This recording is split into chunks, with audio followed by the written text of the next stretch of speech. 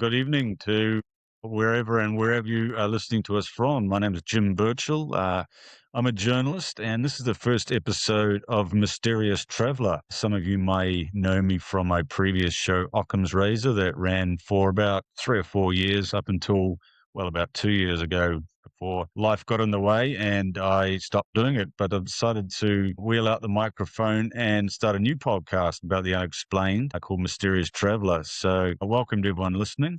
But this is a new journey into the unexplained.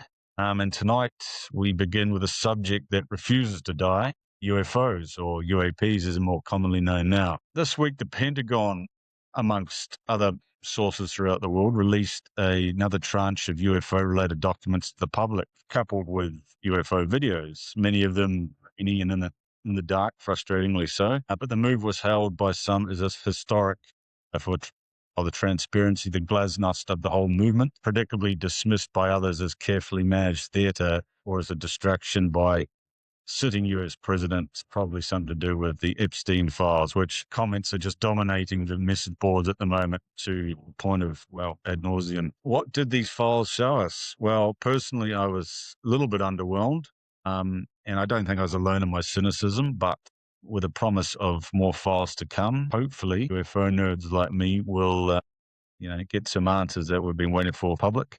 And there was enough ambiguity there to fuel the debate, but probably nowhere near enough to answer the questions that people have been asking for decades.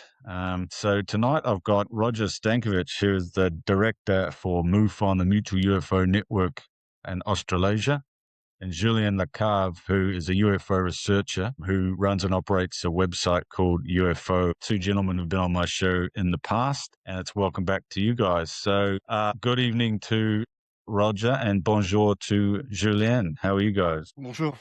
Good, Jim.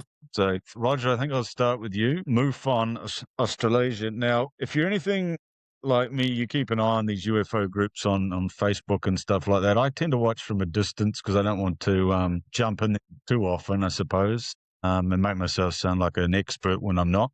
There seems to be a huge amount of UFO activity and really genuine good videos with clarity emanating from New Zealand at the moment. Is the same? Are you getting these sort of reports? And is the same thing happening in Australia? Well, we've been getting a lot of good reports for a number of years, number of decades actually. But the only thing is with MUFON, we get most of our data from the public, and it's usually off a video camera or a photograph. It's not from a sensor, so it's not from an infrared sensor. The government, with their Reaper drones and whatever, they've got infrared sensors, so they can get data which we don't normally have access to, like the distance of the object can be determined, the speed, the altitude, wind speed, and stuff like that. So basically, we've got some really nice, clear images. In particular, I've seen a couple of the videos that have been released recently, and there's pictures of orbs going through clouds and whatever, and there's one going through a wind vanes, which are particularly interesting. But we've got clearer information, a clearer video than they have of very similar objects doing exactly the same things. So basically, MUFON's got very high quality video footage, and it's in color. A lot of the footage is in the daytime, a lot of it's at night as well. But as I said, the difference between our data and the government's data is basically they have sensory information that can actually glean data instantaneously with the infrared sensors, whereas we tend to we get the video, we get the photographs, and we call the witness, we interview the witness, and we gain information that way. Are you getting any better footage than what has been released by the US government in the past week? Well, we do get clearer footage because a lot of their stuff's grainy and it's in the night and it's infrared. So what you're seeing is basically thermal imaging from their system. What did you think of the release? Well, the US government released new archives on UFO, UAP material. I think it's about 160 previously classified or partially classified files. There's some military videos, pilot reports, astronaut accounts in space. There's some historical documents dating back decades. So yes, it can be disappointing to some, but I think what I've heard is that it's only a first batch. And what I want to say to the audience to your audience is that, to me, there's no doubt that, there's a true UFO phenomenon happening. And I think it's a paradigm shift. So some of your audience will be disappointed and others won't be convinced. And that's the challenge I have with my website, is to appeal to everyone. But I think in my mind, there's no doubt that, at least since the past 80 years, there's a lot of evidence. And I think the government, like Roger said, the government has hundreds, thousands, if not millions of files, and they will not release everything today, but there's evidence. So what we've seen today with the so-called disclosure is a first batch. It's not convincing, of course, but the fact that we're talking about it is interesting. The fact that the media is not talking about it is interesting. That's just my first take, if you like, on that. And this fellow, Ross Coulthard, who seems to be at the coalface, he's Australian by the sounds of his accent. Is he someone that you include in the group with the prominent US sort of researchers? Stuff turned up a lot on News Nation, which is an alternative news source on the internet. He's on there a lot, and he seems to have some, privy to information that the rest of us probably haven't found. The stuff he's putting out is credible in your opinion? Is he? I think so. I guess so. I haven't spoken to Ross about his sources, and he keeps it very close to his chest. But one can imagine that Ross is a very good investigator, and he does deep dives, and he has a very big network of people that he can consult. I have no doubt that he has got inside information, which, like obviously some of it's classified, and he can't divulge the source of it most of the time. Some of it can be disinformation. I mean, it could be anybody.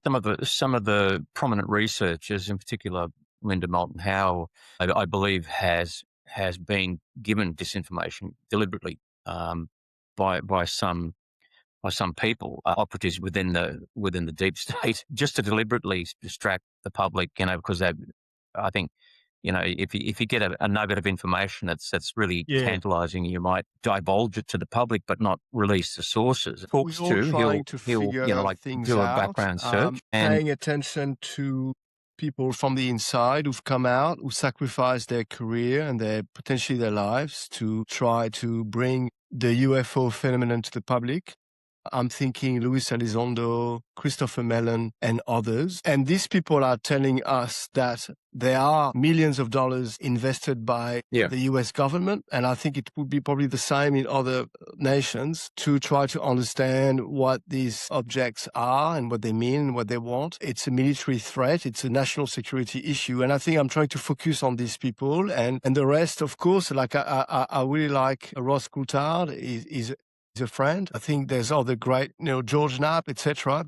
They're very intelligent people, and they're trying to work it out like we do. They may be misguided occasionally, like Roger said, but I'm trying to focus on those from the inside. We're talking to congressmen and people who sacrifice their career, like I said before, working inside. And I think, like other researchers are saying, like Richard Dolan, etc., there's probably different camps within Three Letters agencies, those who want to reveal to the public and those who don't. And I think the key message is that there is something out there.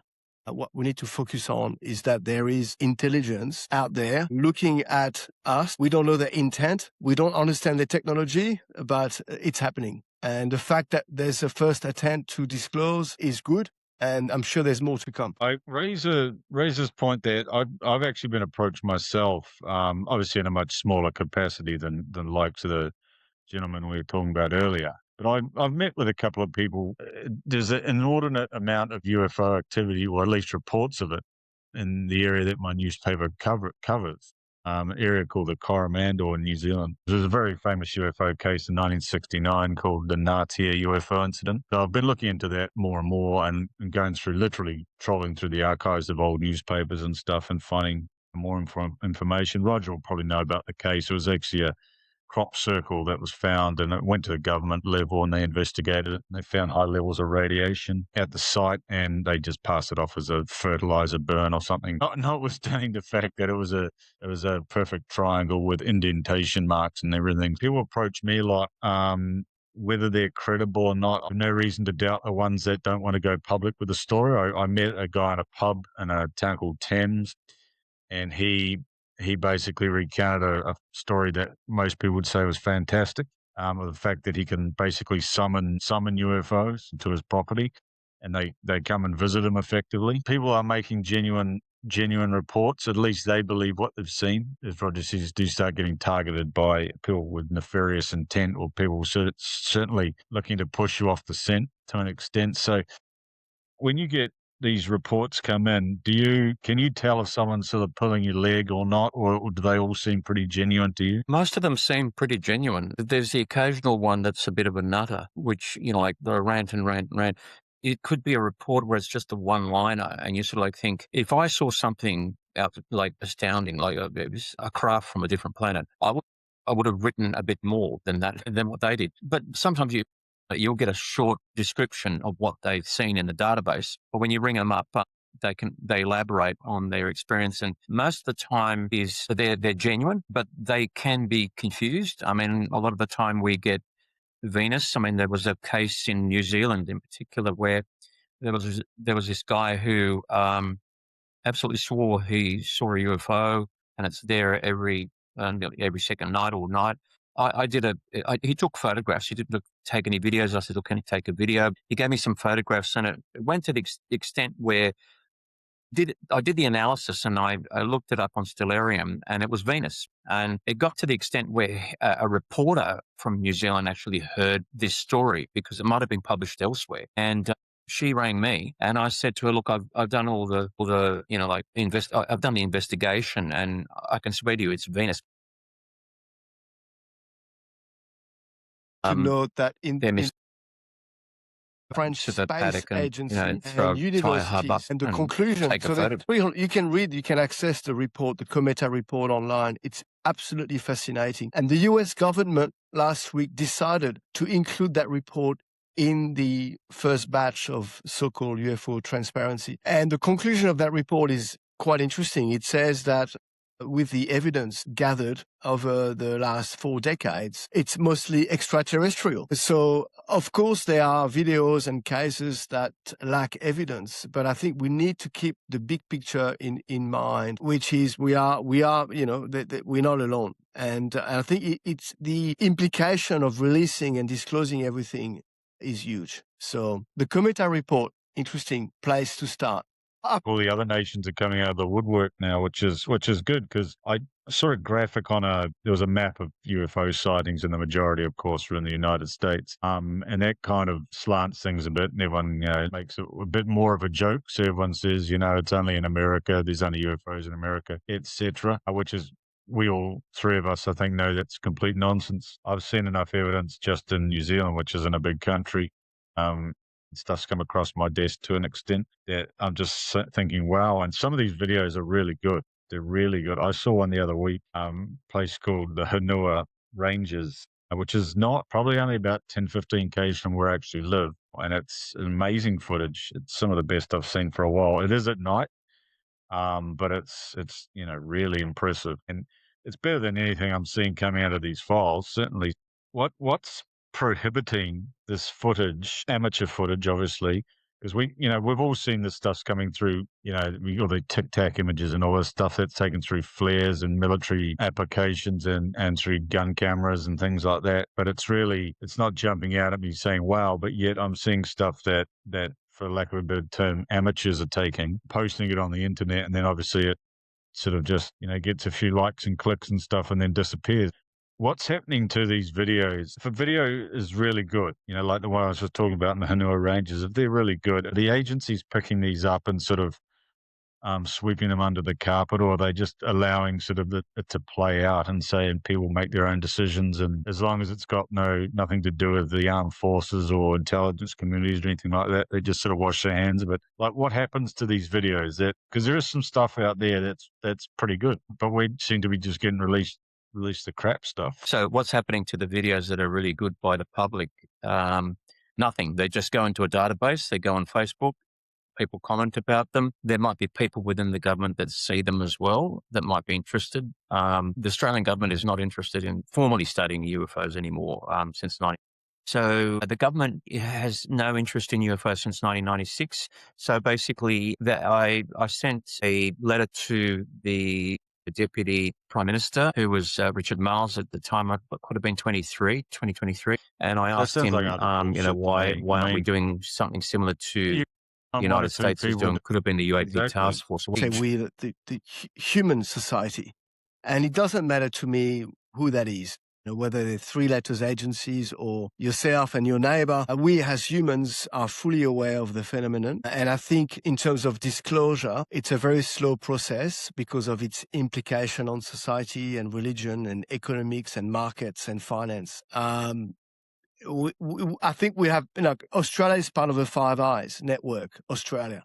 We've got the Pine Gaps military base in Alice Springs. We have the best monitoring systems on the planet. We know full well. So when the Australian defense says we're not looking at this anymore, that's utter lie. And that's the disappointment. But I think if you look at the big picture, we're talking about UFOs more than ever before. There's pressure from the inside, from various groups to release more and more videos and documents. And if you look at the last 20 plus years, things have been moving further. And I think, like Richard Dolan says, disclosure is a paradox. It's inevitable. It's got dramatic implications, but it's inevitable. So it's an interesting time for humans to live on this planet because we come to the conclusion that if you have a bit of critical sense and critical thinking, that indeed there are things out there monitoring us with technology that we don't understand. And we don't know their intent, and it could be national security threat issues, but it's definitely out there. So we need to keep pushing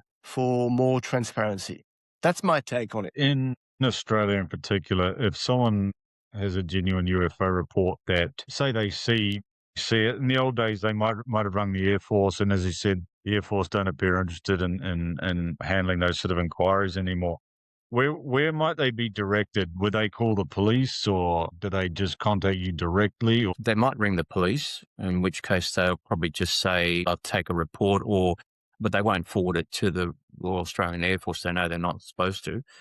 They might ring the Air Force, Royal Australian Air Force, and they'll say, go to MUFON or go to another UFO organisation, report it there, which sounds ridiculous because if you think that, like, it could be a foreign adversary. Well, exactly. It could be a national security threat. It could be a Chinese Reaper drone or whatever. And it just doesn't make sense. I don't know how they actually discriminate between something that's penetrated our airspace that could be a foreign adversary compared to something that's extraterrestrial. I mean, it's even worse when it's extraterrestrial because it's like from a different planet. It really astounds me how the Royal Australian Air Force will not look at things like this because they do have defence systems. Like they do have an eye on that radar system entirely to determine whether anything's coming from from an adversary is pretty lame. It's probably the only thing that they're relying on. But yeah, a lot of the time people will just post it on Facebook or social media. They might ring the police. I've had people that have reported stuff to MUFON that they said that they'd reported to the police originally. They'll ring the Air Force and they'll just fob them off, or they'll just directly go onto and Google, whatever website they can. to an extent, personally, I think they're just paying lip service to the whole thing. I think Donald Trump, for all his faults, is someone who, is at least proactive enough to get the wheels in motion. I don't for a minute think that he knows everything about the phenomenon. I don't think he's privy to that information. I think it's need to know. Well, gatekeepers are holding the secret and releasing bits and pieces as they see fit. Certainly the best stuff we're not getting, but it's this disclosure thing. The word disclosure has sort of been bandied around it for the past few years, as a buzzword for the whole thing. Now, the Steven Spielberg movie is it's called Disclosure Day or something, isn't it? That's due out next month or so, I believe, probably for the summer in the US. Yeah. Do you two sort of think there's some sort of link between Hollywood and the disclosure movement? Do you think there's some sort of link that they're using, as they have in the past used Hollywood for propaganda, so to speak? But do you think the disclosure movement is perhaps, a movie like that as a Trojan horse? People have to research on, thank you, Operation Mockingbird, which is very well researched. You and your part of your audience may be aware of Operation Mockingbird, where there's been a clear explanation, demonstration, proof of the link between, and that could sound crazy to some, and that's the problem when you talk about UFOs with people, is that a lot of people are not aware, and that includes my wife, for example. And you can talk to them about what I'm going to say, and they just can't believe it. It's too crazy to believe. But there's proofs of clear connection between Hollywood, and that's your question, Jim, and the CIA, where the CIA controls a lot of the 400-500 media journalists, key media operators, and Hollywood as well. Is that part of a long-term plan to educate the public? Is that a long-term slow disclosure? I believe it is. If anyone in the audience is waiting for a speech from the President of the United States to disclose, and that's what I'm expecting. I think that's what the three of us and most of the audience here would love to hear, is a speech on a Friday afternoon by the President to say, I think that's what we deserve, that A, we are not alone, 2, we don't know what the intent is, and 3, we need to discuss about the implication, a broader implication of the fact that we're not alone in the universe, that we are being visited. That's all we are asking for, and I think that's what we are heading towards. But if you're waiting for disclosure, it could take a bit more time than that. But I'm just going to show 2 books here that I think anyone should read, and I don't take any commissions on these books, right? Absolutely not. But there's books from Richard Dolan studying UFO activity in the past 30 years. It's very well documented. And there's Luis Elizondo, who used to work at the Pentagon. And these books are available online, and they clearly demonstrate the reality that we're trying to disclose. So yes, I think there is connection between Hollywood, three-letters agencies, or even private contractors like Lockheed Martin and others. And I look forward to see the movie of Spielberg, but Spielberg did a movie on UFOs 40 years ago, Encounters of the Third Kind, I think that was called. So it's interesting. It's very interesting time, and I think there's more to come. But the proof is already here. That's my message there. You need to scratch the surface, do a bit of research. The paper trail, that's the expression of other journalists like George Knapp, the paper trail is here. So I think it would be good to start discussing, with our families, neighbors, the implications of the fact that we're not the alpha male, type on Earth. Are they extraterrestrials? I don't know. Are they crypto-terrestrials? There are some really good researchers who think that they've been here all along. But I think the Hollywood Spielberg movie will be I don't think it will be a great movie. I think it will be disappointing. I think it will be an Hollywood action-packed movie, but not a disclosure movie. But the fact that we're talking about this, to me, is interesting. Roger, where do you sit in terms of, well, I suppose what we've just been talking about? In my opinion, is that there's a core group of people, they're probably ex-military, probably ex-politicians, a mixture of people from the high echelons of society, captains of industry, this sort of thing, that are probably the gatekeepers of the secret, as it were. I think someone like Steven Spielberg could quite possibly be even involved in that sort of group. I think these people keep the secret. The president's on a need-to-know basis because there's a plausible deniability comes into it. And when put on the spot, that's easy enough to deny it if you don't really know. Donald Trump is a polarizing character, so anything he says is going to get a lot of media attention. Do you subscribe to that theory that a small sort of band of people is keeping the secret, or do you think it's something that's embedded within the echelons of the alphabet agencies? Yeah. What's your thought? My research goes back to the 80s, where I was looking at a group called Majestic 12, which was you might have heard of it, a clandestine group of 12 individuals that was selected to look at the Roswell incident, the Corona crash, and the UFO, how to manage disseminating information or disinformation about UFOs. So I've done a fair bit of research with another guy who was with the ASIO contractor, and we've looked at alleged classified documents that have been leaked. So I believe that MJ12 was in existence in the 40s, and I believe that there's some equivalent to it now. What we're talking about is the legacy program, which is what it's currently called. And I'm not sure who coined that term, but the legacy program is similar to MJ12 in the sense that it has control over what we know in terms of what the reality of the phenomenon is, and also hardware and biologics. And unfortunately, it's gone to private contractors. So the government really hasn't got much control over it now, but it's under private contract. And the idea behind that initially was to actually prevent any FOIA action, so that basically if it's under private contract, you can't lodge a FOIA in to say, okay, well, I want to know about the craft that you retrieved from, the desert the other day. Basically, you can't lodge a FOIA into Lockheed Martin or Northrop Grumman or any organisation like that. And recently, someone on a podcast, Rob Jones, was looking at that very thing.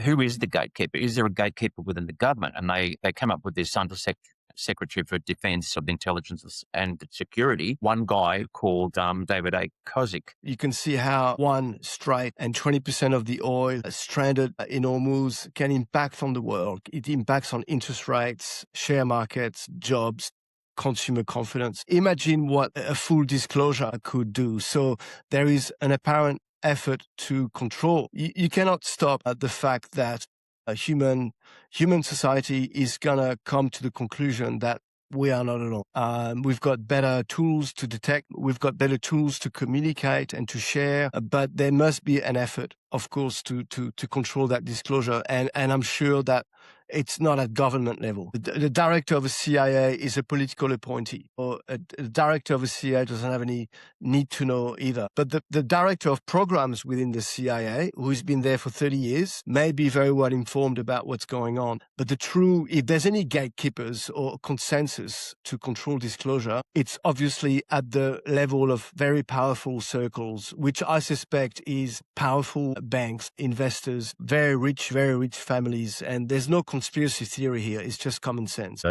Those sort of people. I don't know, but I suspect so. The Catholic Church Pope said it's okay to believe in God and to accept the fact that we're not alone. The King of England, I'm sure, is very aware of the UFO phenomenon. I don't think they are gatekeepers, but they're certainly aware. So they are obviously gatekeepers. But again, my job with UFO paradigm is to engage with the general public about the implication of that, preparing the general public about the fact that we're not alone, and to push for disclosure, more transparency. What I would love to see in the next few months from the US government and other governments is not just videos that we saw in the last few days, even if it's a good start, but the acknowledgement that we are not alone, and there's technology out there that we don't understand. And maybe that could be a bit of a shift for the way we do geopolitics, energy, climate, and other business on Earth. I think that's our only hope. When you look at society today, everyone can see that we are going towards an intersection, a point where everything is converging. And I'm not even talking about AI. So I think it would be good for the human society to realize that we're not alone. Who are the gatekeepers? I don't know, but they are gatekeepers for sure. How much weight do you place on this meeting of the religious leaders that supposedly happened the past couple of weeks? You familiar with that? I'm not familiar with that, but I'm not surprised. And indeed, religion have a lot of stake in disclosure. You could imagine the implication of disclosure on society and religious affairs. So, of course, religious leaders are discussing about the existence of other intelligent life. Well, the information I had, Roger, you might have seen the story as well. A group of religious leaders from, across denominations met with someone who knew a lot about UFOs. I don't know exactly who that person was, someone from the intelligence community at an undisclosed location in an undisclosed part of the world, and they kind of were prepping them for disclosure day, so to speak. Now, that story made the papers, as it were, amongst some of the bigger broadsheets as well. It wasn't something that was buried deep in the conspiracy pages on the internet. Did you hear anything further about that, or the UFO sort of take has always been quite contemporary, isn't it? I just saw a little snippet on X about it, and I don't know any of the details, but I know the Catholic Church has always been very interested in the Pope's always been very open about the possibility.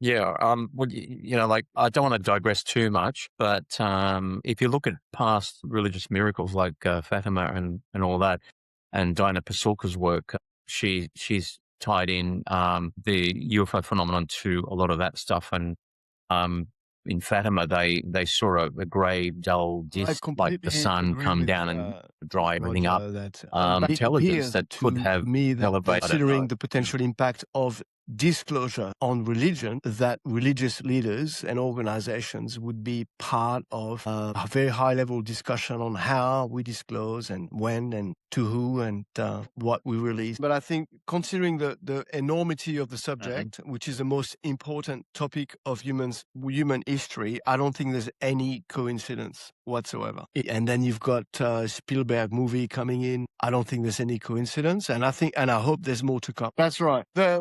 The Epstein file, only 50% or 40% of the files have been released. I think people tend to forget that. And President Trump appointed the director of the DOJ. It's sort of like it muddies the water because basically there's no direct evidence to say that there's any intervention by the deep state in trying to get rid of them. But when you look at the actual probability, as you said, Jim, of how many scientists are there working on like anti-gravity systems and UFO material, and compare that to how many have gone missing or killed, the odds are stacked against the fact that it's coincidence. So it's a bit a bit of an anomaly where you can't really connect the disappearances and the deaths, but there seems to be this should happen, is extremely rare. You can't pin it down because basically it's so elusive. It's the same sort of thing where you've evidence because these people have gone missing under unusual circumstances, like General McCaslin, who's just gone walkies. It's interesting that there are so many people that are connected. Connection between you just look at the media, the evidence, the mainstream media. There's really no connection where, I mean, these people have either been killed. One guy got shot dead in his house, just in front of his porch, a random shooting. But then you look at other circumstances. Unless you are in the so-called UFO circle and you listen to Ross and News Nations and other of our colleagues around the world, you don't hear about that on the mainstream media, on CNN, on ABC, on BBC. That's interesting, isn't it? And if you look at the history of UFO, James Forrestal, for example, was running the Navy, U.S. Navy in the Pacific during World War II, and he disappeared. He got killed, committed suicide. That's the official version, 1946. So there's a long paper trail of sudden death of people who know a lot and are problematic probably for those who are keeping the guides. I think there's a clear connection. Does that mean that it's going to stop disclosure from happening?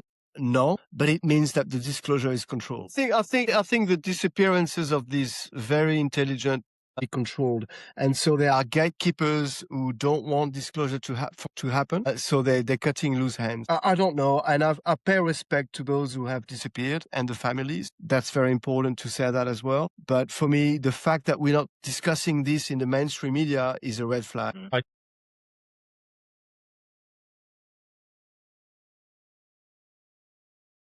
Yeah.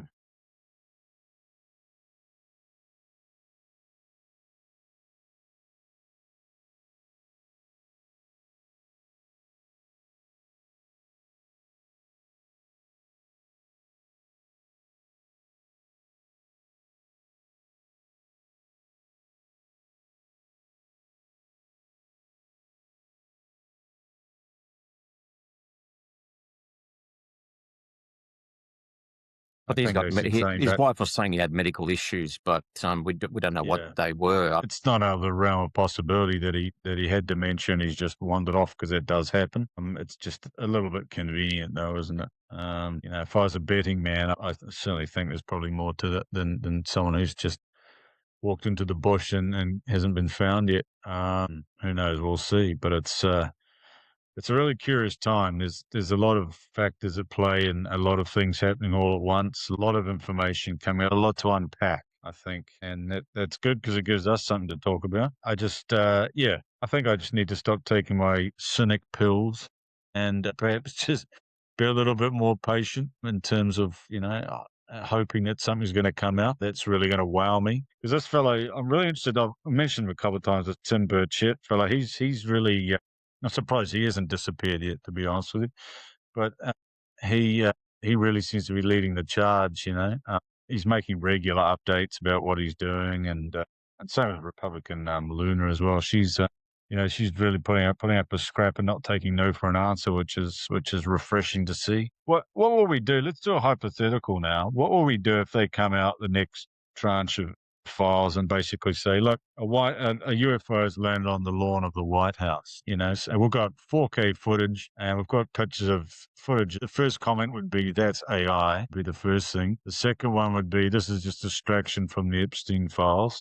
Yeah, and the third one would be, Trump will do anything to, to increase his popularity, including meeting with aliens. So you can't win. There's so much information on the crazy, but opinions, so I'm many sure you contra two, opinions, so Roger, many and bots. yourself, It's discussions exhausting, between actually. People sort have of an just become a agreement. lot I more don't know cynical about that, now. but the reality is that we can see UFO, UAP sightings every day, whether it's from a civilian perspective, and that's Roger's work with MUFON, or whether it's from a military perspective, where military can see what's coming in and out of the atmosphere every single day. Yeah. And yet, Yeah. those crafts, they don't really reveal themselves. It's a bit like when yourself you look at a nest of insects in your garden. You don't really reveal yourself. You just monitor the nest, the insects, and as long as they don't invade your house, you're just gonna let them do their own business. But you keep an eye on them. And it seems to me and to many others that these crafts are doing exactly the same. They seem to be very interested in military, nuclear installations, choking points, but they don't really reveal themselves to the public. There's some very interesting UFO cases in the world, but there's not many. So I think it's interesting to note that they've got their own agenda, and it could be interesting to ask ourselves what their agenda is. If they're an advanced species, who sort of moved past, killing each other. They've probably got a policy of, no interaction with humans or limited interactions unless it's part of a, science experiment, so to speak. So I think more than likely it would be counterproductive for any alien race to actually integrate or bump into humans. It would be kind of against the whole ethos of what they're trying to do. If you're observing a civilization that you felt was sort of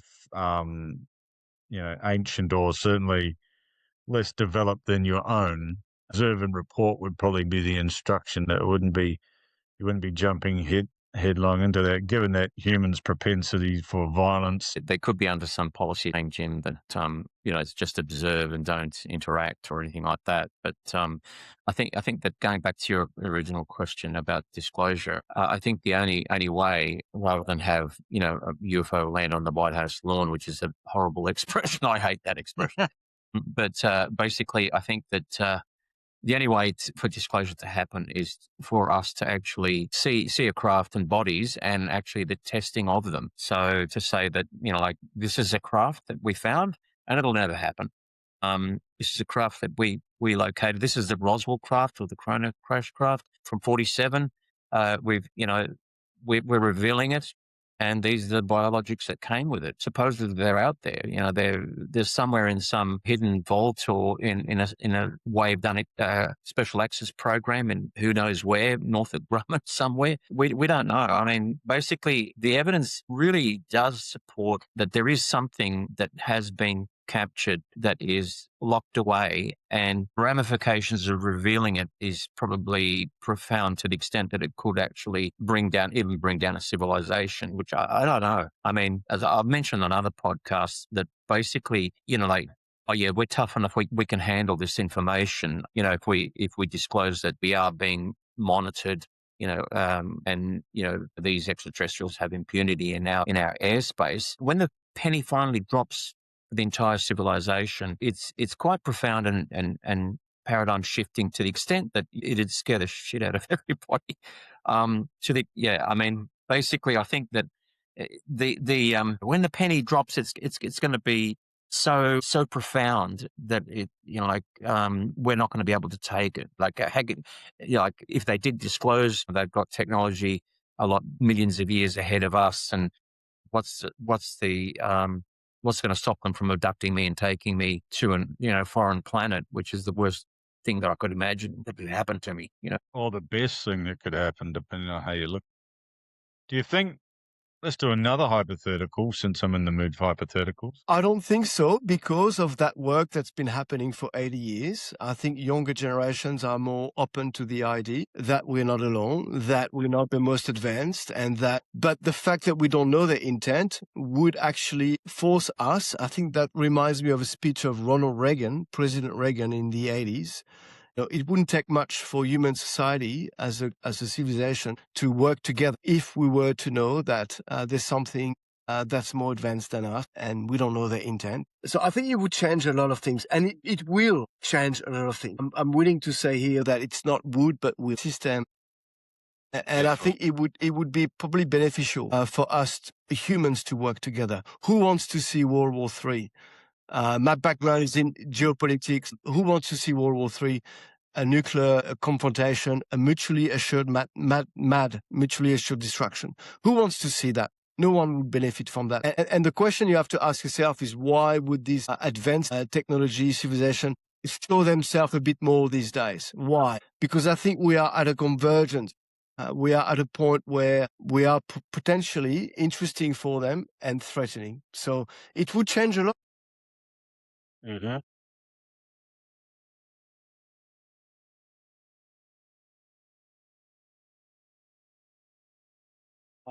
Well, look, it's interesting you touched on the it being a generational thing, because one thing I've noticed, I don't know if you guys have had experienced the same thing. The younger people are definitely more open-minded to the whole phenomenon. They're willing to sort of talk to you and discuss it. Whereas I certainly find people I don't like using the term boomer, but I'm going to, in that kind of generation, they definitely a bit more closed-minded about it. And I think a lot of it is the fear of not having a predetermined future is a good way to put it. These are people that are brought up sort of thinking you're born, you get married, you have kids, you die, and that's it. And that's your lot. Whereas younger people, with the rise of artificial intelligence and the like, and obviously theories now, not even theories anymore, but practical applications about how you can extend your life, and the downloading consciousness into machines and not being limited by disease anymore, things like that. I think young people now are definitely a lot more accepting, and I think that helps. So if they were looking at a disclosure date, I think we're in the right spot for it now. 30 years ago, probably not. Now, I think it's the opportunity's there. Well, the conditioning of the world population to something that like the government may want to expose them to. I think that basically the researchers know that this is a real phenomenon. We've had our ontological shock. We know it's there. And we don't need them to come up with the proof, because we've gone through mountains of evidence, and it's something that cannot possibly be not real because of the amount of information that we've been given, the amount of witnesses, the amount of something can't propagate like this if it's not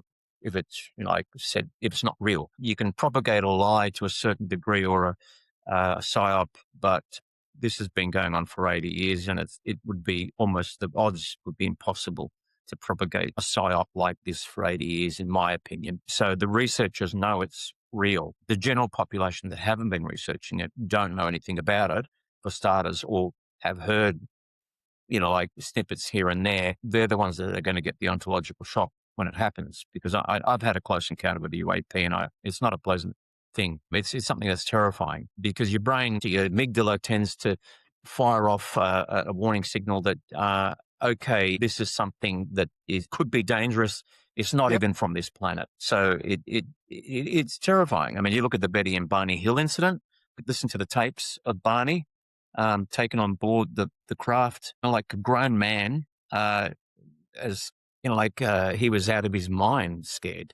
happens. And that's why we've got organizations like Unhidden and other organizations that I used to be part of, where when disclosure does happen, if it ever happens, we've got an organization where we can actually deal with people who can't handle it, who will get depressed, who will get anxious and Jim whatever. and Roger, because Especially I if just it want to go on a clouds, tangent sorry, here, Julian, but I particularly came if it into the clouds the UFO, religious UAP belief. rabbit hole 6 years ago after working, and I'm still working in that field, sustainability, environmental protection, the loss of biodiversity on our planet. David Attenborough just celebrated a 100 years anniversary, is a legend. And you can see that the planet is literally in danger.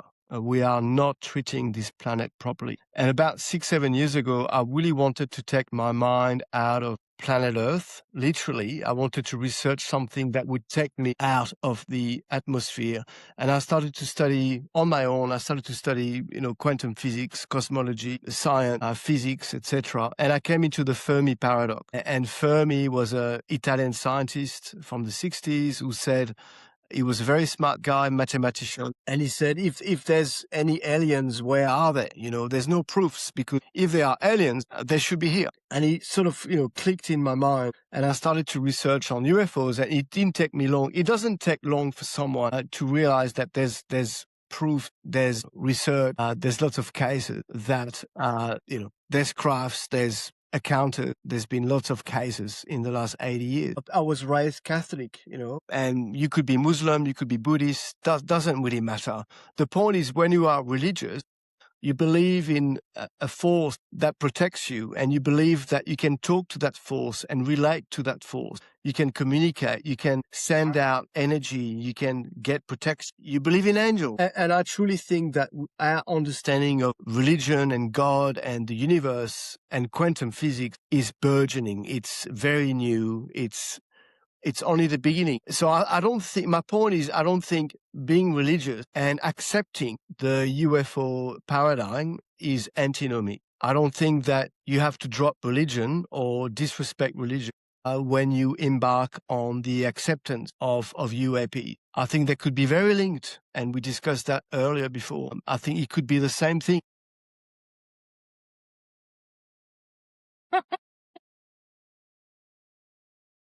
Now, but that's not my take. Well, J.D. Vance certainly thinks so, doesn't he? He's been talking about demons calling and them demons. angels and all sorts of things. Yeah. Yeah. Which is interesting, like however you want to interpret it. Yeah, interesting. All right, well, I think we've covered some ground tonight, and it's one of those topics we could talk about for hours, isn't it? For the sake of timeliness and the fact that it's 11:45 in New Zealand, we should call it a night. But thanks for being on the inaugural Mysterious Traveller episode. Good to have you guys back on. And I think we'll do a follow-up. It's certainly, it's become pop culture now, isn't it? The whole UFO situation. So I'm sure there's plenty more that we can discuss on the next episode. Thanks for coming on, and no worries. And I hope you had a good time. Yeah, it was a good discussion. Thank you.